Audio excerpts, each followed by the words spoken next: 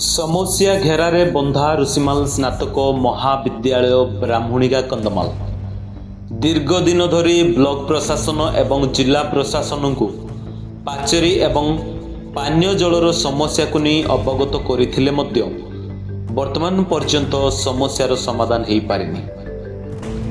दर्शक बंधु यही दृश्यटी होउसी कंदमाल जिला दारिंगबाड़ी ब्लॉक रो केवल एकमात्र डिग्री कॉलेज जोठारे कि गंजाम गजपति रायगड़ा एवं कंधमाल जिलूर पाखापाखि 1500 अधिक छात्र छात्री कला एवं वाणिज्य को नहीं अध्ययन करती, किंतु दुखर विषय कॉलेजर पानीय जलर समस्या वर्तमान पर्यंत ताहा समाधान हो पारिनी।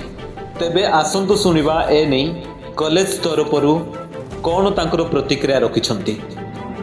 नमस्कार, मो ना राजकिशोर सिंह, ए ऋषिमाल महाविद्यालय इतिहास अध्यापक।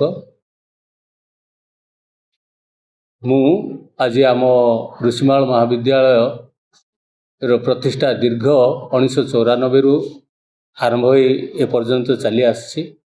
वर्तमान आम +2 फर्स्ट ईयर 320 आर्ट्स कॉमर्स 128 एवं सेकेंड ईयर मध्य से भली 320 आर्ट्स 128 कॉमर्स सीट अच्छी। तासह आमर यही कैंपस रे उभय +2 और +3 कंटिन्यू करुच्ची। सेमानकर मध्य पाखापाखि 700-800 स्ट्रेंथ उभय मिसिले आमर 1600-1700 स्ट्रेंथ रही। दीर्घ 32 वर्ष है आम यही अनुष्ठान रे अनेक गुड़िए समस्या अच्छी। विशेष करिकी वर्तमान समस्या आमर बाउंड्री वाल नाही। एठी अधिकांश झील माने पाठ पढ़ुचंती, शतकड़ा 70% अधिका झील पढ़ती एठी। आउ अधिकांश SC ST श्रेणी तो पिला माने एठी पाठ पढ़िबा बेलकु सेमानकर सुरक्षा कथा आमे जदि देखिबा सरकार को आमर अनुरोध रहिबो जे बाउंड्री वाल कथा से माने चिंता करिवे। तासह आमर रनिंग वाटर रो फैसिलिटीज नाही। एठी रनिंग वाटर रो फैसिलिटीज देले झियो मानक पई यद्यपि आमे लाभाटरी तैयारी करिछु, सेठी रनिंग वाटर रो फैसिलिटी नथिबारु से माने बाध्य होई बाहर को जीवाकू पड़ुछि। एवं एते दिनर कॉलेज रे आमको अंततः रीडिंग रूम दरकार। ए रीडिंग रूम टा सरकार जदि चिंता करिवे ताहले आम पाई बहुत भल होबो।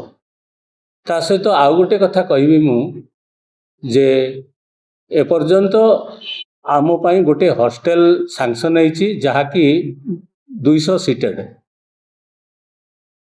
मु अनुरोध करी 1700 स्टूडेंट रे 200 सीटेड बहुत कम अच्छी। तेणु सरकार जदि एप्रति दृष्टि देवे आम ए अनुष्ठान तथा आम अंचलर विकास रे सहायक होबो। धन्यवाद। सर आप कौन कहे जहाँ के महाविद्यालय समस्या रही है विषय में कि आप जिलापाल या कौन से अनुष्ठान को आप जन? हाँ, आमे ओराली जिलापाल आसीथिले आम कॉलेज को सेतबेले तांको आमे इन्फॉर्म करछु।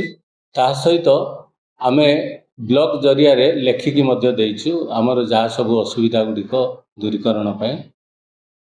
आमे आशा करिवु सेमाने त्वरान्वित भावे एटा को कार्यकारी करिवे। मोर नमस्कार, मो नाम Rahul Parichha, Rishimal higher secondary school student +2 student.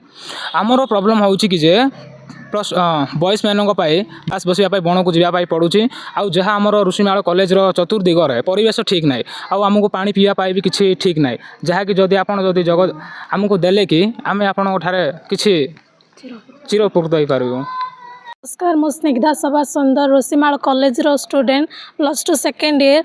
आम मानकर किछि समस्या गुड़िक अच्छी कि आम झील मैंने तो विशेषतः बाहर बण आड़े वॉशरूम पाई जाऊँ, पीवा पानी योजना ना जहाँफल आम तो बाहर को जाऊँ। आमको विशेषतः दरकार ପାଣି ଆଉ ଟଏଲେଟ୍।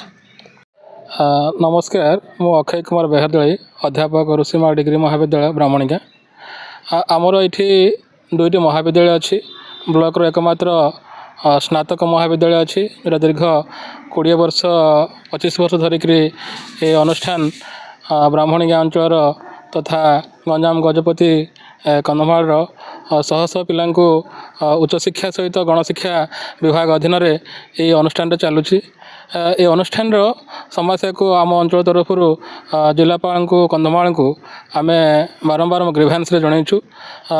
ପାଣି ସମସ୍ୟା, ଟଏଲେଟ୍ ସମସ୍ୟା ଅଛି, ବାଉଣ୍ଡରୀ ସମସ୍ୟା ମଧ୍ୟ ବହୁତ ଅଛି, ଯେଉଁଟାକି ଶହ ଶହ ପ୍ରାୟ 1500 ଛାତ୍ରଛାତ୍ରୀ ଆମ ଏ ଅନୁଷ୍ଠାନରେ ପଢ଼ୁଛନ୍ତି। ଉଭୟ କମର୍ସ ଅଛି ଆଉ ଆର୍ଟ୍ସ ମଧ୍ୟ ଅଛି। +2 +3ରେ ବହୁତ ଛାତ୍ରଛାତ୍ରୀମାନେ ଏଇ 3ଟା ଜିଲ୍ଲାରୁ ଏଠି ଆସି ଅଧ୍ୟୟନ କରନ୍ତି।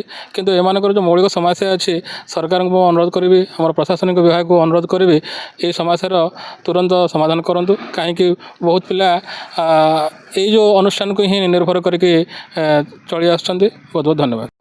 ମୋ ନାଁ ବନମାଳୀ ମଲ୍ଲିକ, ଋଷିମାଳ ଡିଗ୍ରୀ କଲେଜର 4th ମାନେ ଫାଇନାଲର ଇୟର୍ରେ ପ୍ରବେଶ କରିଅଛି। ଆଉ ଏଇ କଲେଜର ଯେଉଁ ସମସ୍ୟା ଗୁଡ଼ାକ ଆମେ ଗଣମାଧ୍ୟମ ମାଧ୍ୟମରେ ଆମେ ଆଜି ସରକାରଙ୍କୁ ନିବେଦନ କରୁଛୁ। ଆମ କଲେଜର ଶିକ୍ଷା ଏକ ଏମିତି ଅନୁଷ୍ଠାନ ଯାହା ମଣିଷ ଗଢ଼ା କାରଖାନା। ସେଇ ଆଜି ମଣିଷ ଗଢ଼ା କାରଖାନାର ଅବସ୍ଥା ପ୍ରାୟ ଶୋଚନୀୟ ଅଛି। ଆମର ଏଠି ଲାଟ୍ରିନ୍ ବାଥରୁମ୍ ସବୁ ତିଆରି ହେଇଛି, କିନ୍ତୁ ତାହା ପାଣିର ଅସୁବିଧା ଯୋଗୁଁ ତାହା ବର୍ତ୍ତମାନ ବ୍ୟବହାର କରାଯାଇପାରୁନାହିଁ। ଯାହାରି ଫଳରେ ଝିଅମାନେ ବାହାରେ ଯାଉଛନ୍ତି, କିଛି ଜଙ୍ଗଲକୁ ଯାଉଛନ୍ତି, କାଲି କି କିଛି ଅଘଟଣା ଘଟିପାରେ ତାହା କେହି ଜାଣିନଥିବେ। ତେଣୁକରି ଏହି ପାଣିର ସମସ୍ୟାକୁ ଆମର ତାକୁ କେମିତି ସମାଧାନ କରିବେ ତାଙ୍କ ଡିପାର୍ଟମେଣ୍ଟକୁ ଅନୁରୋଧ କରୁଛୁ ଏବଂ କଲେକ୍ଟର ସାର୍ଙ୍କୁ ମଧ୍ୟ ଆମେ ରିକ୍ୱେଷ୍ଟ କରିବୁ। ଆଉ ଏହି କଲେଜରେ ଦୀର୍ଘ କେତେ 1994ରୁ ହେଇକି ବର୍ତ୍ତମାନ 2026 ପର୍ଯ୍ୟନ୍ତ ପଦାର୍ପଣ କରିଅଛି।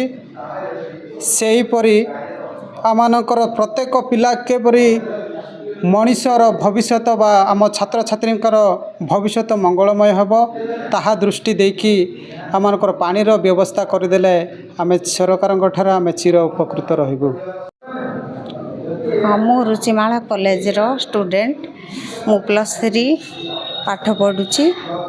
ଆଉ କ୍ଲାସରୁମ୍ର ଟଏଲେଟ୍, ପାଣି ଆଉ ଅଭାବ ଅଛି। ତେଣୁ ଆଉ ଆଶାକୁ ତୁମେ ପୂର୍ଣ୍ଣ କର। ଆଉ ବାହାରକୁ ଯିବାକୁ ପଡ଼ୁଛି ଟଏଲେଟ୍, ସେଥିମଧ୍ୟରେ କୌଣସି ଅସୁବିଧା ସୁରକ୍ଷିତ ନୁହେଁ। ଏସବୁ ଆଶାକୁ ପୂରଣ କଲେ ଠିକ୍ ହେବ, ଆପଣଙ୍କୁ ମୁଁ ଅନୁରୋଧ କରୁଛି। ଦର୍ଶକ ବନ୍ଧୁ, କଲେଜର ପାନୀୟ ଜଳ ଏବଂ ପାଚେରୀର ସମସ୍ୟାକୁ ନେଇ ଦାରିଙ୍ଗବାଡ଼ି ବିଡିଓ ସାର୍ଙ୍କୁ ଟେଲିଫୋନ୍ ଯୋଗେ ଯୋଗାଯୋଗ କରାଯାଇଥିଲା। ବିଡିଓ ଦାରିଙ୍ଗବାଡ଼ି ମହୋଦୟ କହିଛନ୍ତି ଆଗାମୀ ଦିନମାନଙ୍କରେ ପାନୀୟ ଜଳର ସମସ୍ୟାକୁ ସମାଧାନ କରାଯିବ ବୋଲି। ତେବେ କେବେ ହେବ ପାନୀୟ ଜଳ ଏବଂ ପାଚେରୀର ସମସ୍ୟାର ସମାଧାନ, ତାର ଅପେକ୍ଷାରେ ଋଷିମାଲ ସ୍ନାତକ ମହାବିଦ୍ୟାଳୟର ଛାତ୍ରଛାତ୍ରୀ।